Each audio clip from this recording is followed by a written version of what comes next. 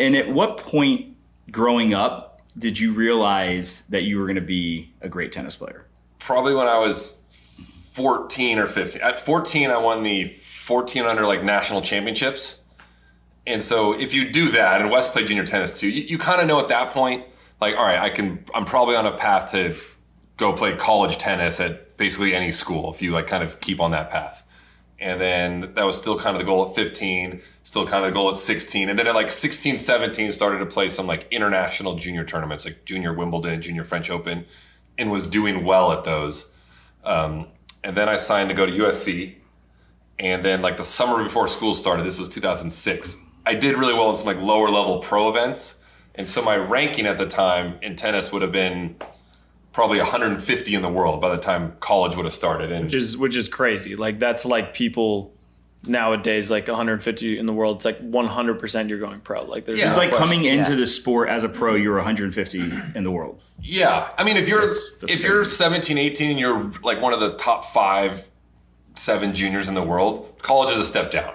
Who else were you battling with at that time? Any names that I would know? Yeah, when I played like those junior slams at the U.S. Open, I lost to Andy Murray.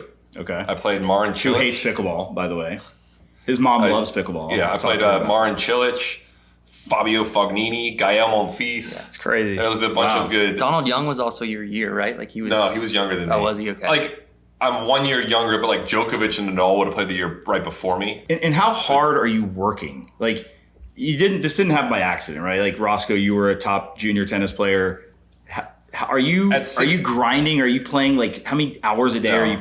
No? At 16, Sorry, 17. I just yeah. So he definitely wasn't grinding. To keep him honest. So this is like natural ability. I wasn't. So at 16, 17, I was probably practicing. I was practicing every 4 or 5 days a week. For how long? 2 hours. And then like doing. I think sometimes so. You're a freak. He's unique though. Like most of the other kids were like going to Saddlebrook and they were training full time. And Sam's parents always just kind of like kept him grounded. But it was just always kind of like play tennis, play other sports, do whatever. It wasn't until like 14, 15 when he really just started getting really tall and really freaking good. Wasn't that kind of your persona on tour as well? As kind of like the guy that like, you were always kind of irreverent. Is that right?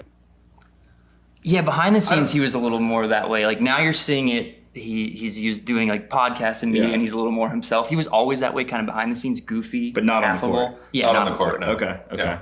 But nowadays, like all the young junior players, even like the Americans, like Taylor Fritz, Tommy Paul, Francis Tiafoe, like everyone homeschooled from the age of 10 and tennis all the time. And they're all really good. I mean, they're top 10 in the world now. Is it safe to say you're not a prototypical athlete in the sense that like you... No. Because even if I go to my year, the other good players, like John Isner, Steve Johnson, Jack Sock, who plays pickleball, they all went to like normal high school too and had a little bit of like my kind of upbringing.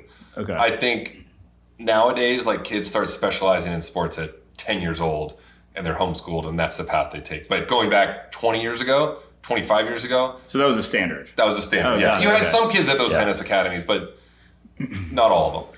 When did you really say, hey, I'm kind of like an American tennis star? When was this becoming like the reality? Probably when I was 19. I think I was a tennis star, but I was ranked then 65. And if you're top 100, you're in all the main draws of Wimbledon, U.S. Open, French Open, all that stuff. And you're just another guy that's in all the tournaments playing against Rafa, Roger, Novak, stuff like that. So, and even though I was ranked 65, you're just at the same events as all those guys. And probably when I was 20, that's when I kind of started to get really good and was ranked 20 in the world or so. And did it become more of a full-time job, as in, not your, like you said, growing up 2 hours of training a day? It was more like, all right, like I'm going to like do fitness super seriously. I'm going to like eat crazy healthy. I'm going to like study these guys. Or was it the same kind of routines? It was just now you're playing on the bigger stages. The day that I decided not to go to college, I remember the next day at practice working harder. Like, all right, I'm not going to go to college. Like, this is your career. Focus harder. And then when I was 18 or 19, I moved to Santa Monica. That's kind of like, if you were playing tennis in LA, like you had to move there because the USTA training center was in Carson. Yeah. So all the good players would go there to practice. And yeah, I would go to practice, work hard every day, go to the gym every day. I would eat decent. I didn't like focus on my diet that much. I don't think you have to when you're like 19, 20, maybe later on. I probably should focus on it now.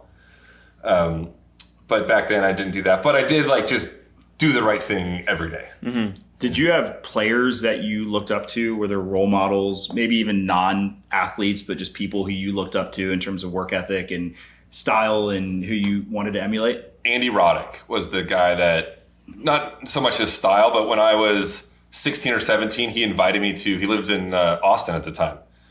And he lived in Austin before everyone lived in Austin, like early 2000s. And so I would go there and practice with him for like weeks at a time when I was 16, 17. And not that he would like mentor me in any way. How old was he? 23. Okay. Or so. But you would just see how hard he worked every day. Like he would, you know, on the practice court, like doing fitness, things like that. And just watching him do that was, you know, it's kind of stuck with me. And that was very important for me, I feel like.